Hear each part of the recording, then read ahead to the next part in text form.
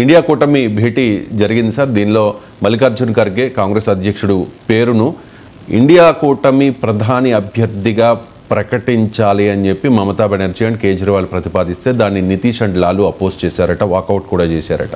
So ఎన్నికలకు ముందే ఇటువంటి లుకలుకల్ని ఏ రకంగా చూడాలి సార్? అంటే మల్లికార్జున్ ఖర్గేనే అంగీకరించలేదు, వాళ్ళు ఇంకెవరో వాకౌట్ చేయడం తర్వాత సంగతి కదా. ఖర్గేనే అది ఎన్నికల తర్వాత చూసుకుందాం, ఎన్నికలకు ముందు ఈ ప్రైమ్ మినిస్టర్ ఎవరు అనే చర్చ అనవసరమని.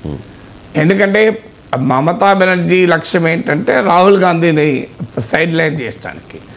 So Mallikarjun Kharge prime minister కావాలా వద్దా అనేది కాంగ్రెస్ పార్టీ నిర్ణయం, మమతా బెనర్జీ నిర్ణయం కాదు కదా.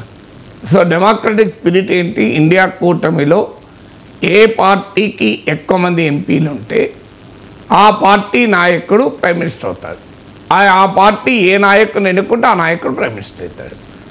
లేదు ఆ నాయకుడు గనక ఇతర భాగస్వామ్య పక్షాలకు యాక్సెప్టబుల్ కాకపోతే భాగస్వామ్య పక్షాలు ఖచ్చితంగా చెప్పచ్చు, మాకు మీరు ఈ నాయకుడిని ఎన్నుకుంటే మేము సపోర్ట్ చేయము అన్నప్పుడు ఆ పార్టీ ఇంకో నాయకుడిని ఎన్నుకుంటుంది. ఇది డెమోక్రటిక్ ప్రాసెస్.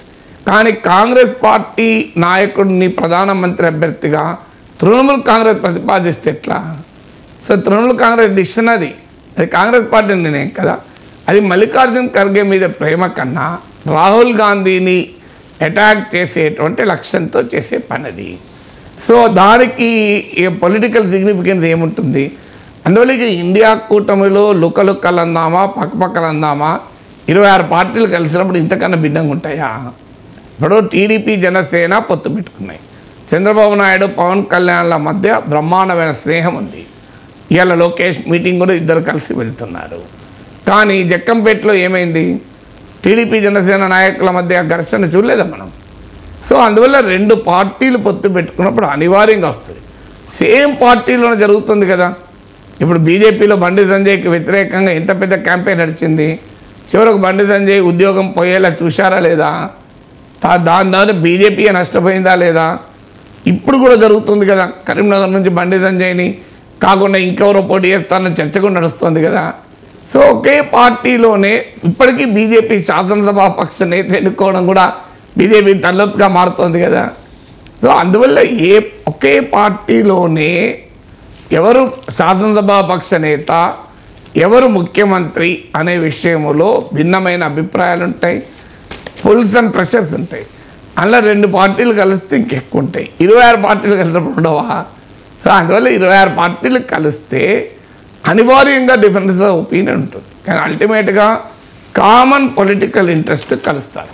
ఇప్పుడు టీడీపీ జనసేన కార్యకర్తల మధ్య నాయకుల మధ్య డిఫరెన్స్ ఉండొచ్చు, కానీ కామన్ పొలిటికల్ ఇంట్రెస్ట్ ఏంటి?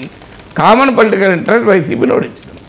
అందుకొరకు వీటిని అధిగమిస్తారు. ఇప్పుడు ఇండియా కూటమి కూడా చేయాల్సిన పనిది.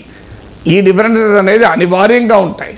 అందువల్ల ఏరియాస్ ఆఫ్ అగ్రిమెంట్ ఐడెంటిఫై చేయాలి, డిఫరెన్సెస్ మీద కాదు. ఎన్నికలు అయ్యాక నిజంగానే ఎన్డీఏ కన్నా ఇండియా కూడా ఎక్కువ సీట్లు వస్తే అప్పుడు చర్చ ప్రవేశం. అందుకే ఖర్గే చాలా మచ్యూర్డ్గా రెస్పాండ్ అయ్యాడు. మొదలు ఎన్నికల్లో గెలుద్దాం, తర్వాత సంగతి తర్వాత అని.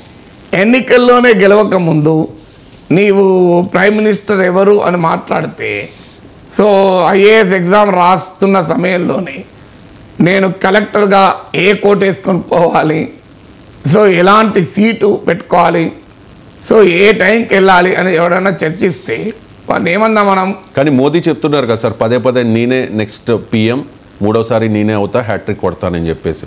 మరి ఇండియా కూటమికి మీ ప్రధాని అభ్యర్థి ఎవరో కూడా చెప్పలేకపోతూ ఉన్నారు అని చెప్పి బీజేపీ తెలంగాణలో ముఖ్యమంత్రి అభ్యర్థి చెప్పారా? ఇక్కడ చెప్పలేదు. కానీ మరి ఏం మాట్లాడి అసలు ప్రధానమంత్రి అభ్యర్థిని చెప్పి ఎలక్షన్లు పోతారా పార్లమెంటరీ డెమోక్రసీలో?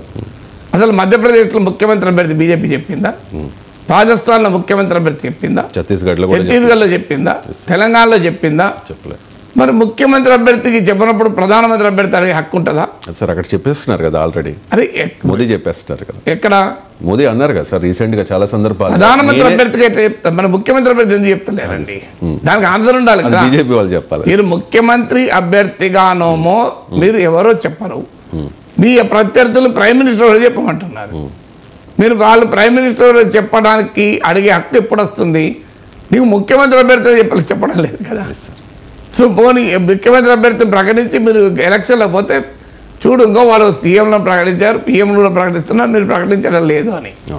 అందువల్ల అసలు even incumbent chief minister Shivraj Singh Chouhan ముఖ్యమంత్రిగా ఉన్న సమయంలో కూడా ఆయనను పెడతారా లేదా కూడా చెప్పలేదు కదా. అస్సాంలో సర్బానంద్ సోనోవాల్ ముఖ్యమంత్రిగా ఉన్నప్పుడు కూడా ఆయన నాయకత్వంలో ఎన్నికలకు పోతున్నావా లేదో చెప్పలేదు కదా. మరి అప్పుడు ఏమన్నారు, మా పార్టీ గెలిచిన ఎమ్మెల్యేలు డిసైడ్ చేసుకుంటారు, హైకమాండ్ డిసైడ్ చేస్తున్నారు.